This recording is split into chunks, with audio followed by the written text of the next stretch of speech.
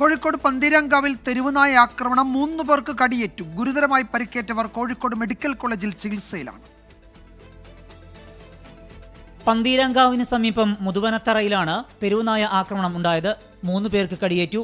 എടക്കളപ്പുറത്ത് രാധ, തോട്ടുള്ളി ചന്ദ്രൻ, ഭാര്യ രമ എന്നിവർക്കാണ് പരുക്കേറ്റത്. വൈകിട്ട് വീടിന് പുറത്തു നിൽക്കുമ്പോഴായിരുന്നു ആക്രമണം. കൈകൾക്കും കാലിനും തലയ്ക്കുമാണ് പരുക്ക്. നിലവിളി കേട്ടെത്തിയ നാട്ടുകാരാണ് 3 പേരെയും രക്ഷപ്പെടുത്തിയത്. ഞാൻ പണി കഴിഞ്ഞ് വരിക വീട്ടിലേക്ക്. എൻ്റെ വീടിൻ്റെ അടുത്ത് തന്നെ പോലെ വീട്. ഞാൻ വീടിൻ്റെ അകത്തേക്ക് കയറി നിൽക്കുമ്പോൾ ഒരു കരച്ചിൽ കേൾക്കുന്നു. നായ്ക്കളെ കരച്ചിലുമാണ്, മനുഷ്യന്മാരെ കരച്ചിലും കൂടെ കേൾക്കുന്നുണ്ട്. അപ്പോൾ ഞാൻ പോയി നോക്കുമ്പോൾ ഭാര്യയും ഭർത്താവിനെ കടിച്ചിട്ടാണ് ഒരു നായ വന്നിട്ട്. അയാൾ തലയ്ക്കൊക്കെ നല്ല മുറിയാണ്, നല്ല മുറിയാണ് തലയ്ക്കൊക്കെ.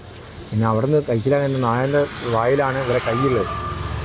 അത് കഴിച്ചിലാൻ കഴിയുന്നില്ല. അപ്പോഴേക്ക് അപ്പുറത്തെ തൊട്ടടുത്തുള്ള അയൽവാസി കൂടി വന്നപ്പോൾ അയാൾ വടിയെടുത്ത് അടിച്ച് നായനെ അതിനായി കടിവിട്ട് ഞങ്ങൾ നായൻ തച്ചവിടെ തല്ലിട്ട്. വളർത്തുമൃഗങ്ങളെയും തെരുവുനായ ആക്രമിച്ചു. നാട്ടുകാർ ചേർന്ന് പിന്നീട് തെരുവുനായയെ തല്ലിക്കൊന്നു. 24 കോഴിക്കോട്.